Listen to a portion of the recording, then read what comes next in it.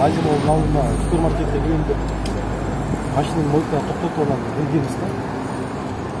Жүрүп атканда билинди, алдына зым салаңдап калды. Эмне зым деп анан водитель жөнөтсөм, алдына грант ойланып келип калды.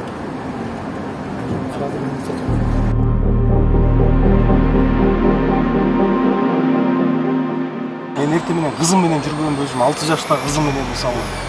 Ана со мной рядом находилась. Мен 6 жаштагы кызым. Мен жанымда бухгалтерим бар болчу.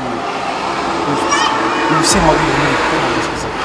Если мы не заехали бы в мойку, в Азимов, мы все могли бы умереть.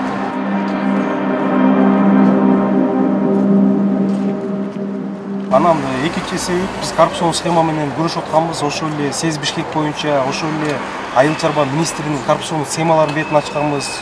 Ошол эле Айыл чарба министри угрожать эткен күндөр болгон. За 7 секунд я урою деп.